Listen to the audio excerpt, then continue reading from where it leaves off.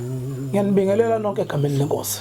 Uthandwa Dlamini endaweni yaseFrayed eMondlo, umphathi weculo LIKA-ZION.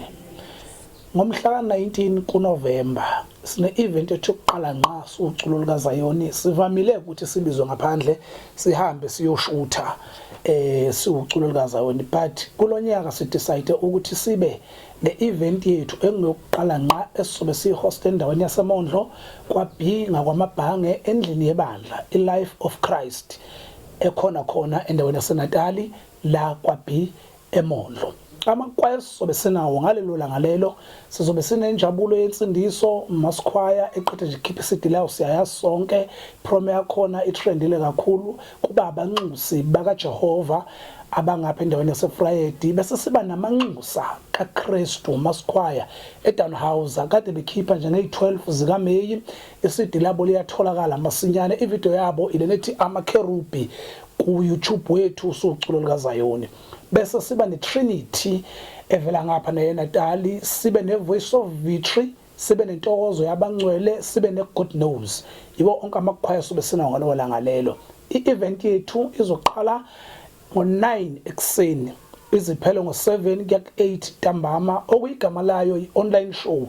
La event yethu izobe itholakala kuzo zonke inkundla zokuxhumana, kwiStarSat, kwiTV, RSTV 504 channel kuVuma-ZION, ila ozoyithola khona, nakwamanye ama-channel asafisa ukusixhasa siyinhlangano yaculo LIKA-ZION.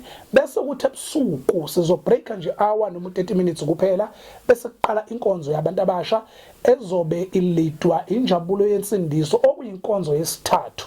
Kulonyaka ophelile sasinamadoda esiphiwo ebandla leZulu, oNcosmende aboXolani, sasikade siphethwe iAmambo, uPhilani Mkhize, sasikade sinaye ngalo langa lelo. Nabo bonke abazali abaningi bebekade bekhona kuleya event ya last year yonkonzo abantu abasha eyenjabulo yensindiso iyaphinda kulonyaka okwesithathu. La esizobe khona sinamabandla namakhwaya ebusuku zobe ibulalana.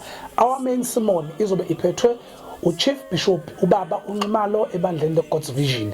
Amabandla namakhwaya zobe khona, kuzobe khona amanxusa, abanxusi, inhlanhla yamasongo, iChurch of Christ, iPower of God, indumiso kaKristu, neMercy of Christ. Ebusuku izobe iphethwe injabulo yensindiso iyoze iphume ekseni.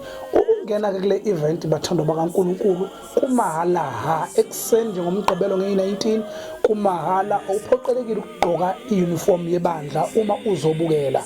Ungafika nje iprivatele, then ebusuku la sisobe sesigqoka khona into zebandla. Abantu abaxhasele inkonzo yabantu abasha kulonyaka i-LIKA-ZION Music izobe ikhona nayo kweze media ixhasile, eMangalaza Music Production izobe nayo ingenelele inamandla, iRSTV izobe ikhona ingenelele inamandla, iculo LIKA-ZION njengabantu kuzobe home ground yabo bazobe bekhona. Inkonzo izobe ikwivenue eyodwa la kuzobe khona uculo LIKA-ZION online show.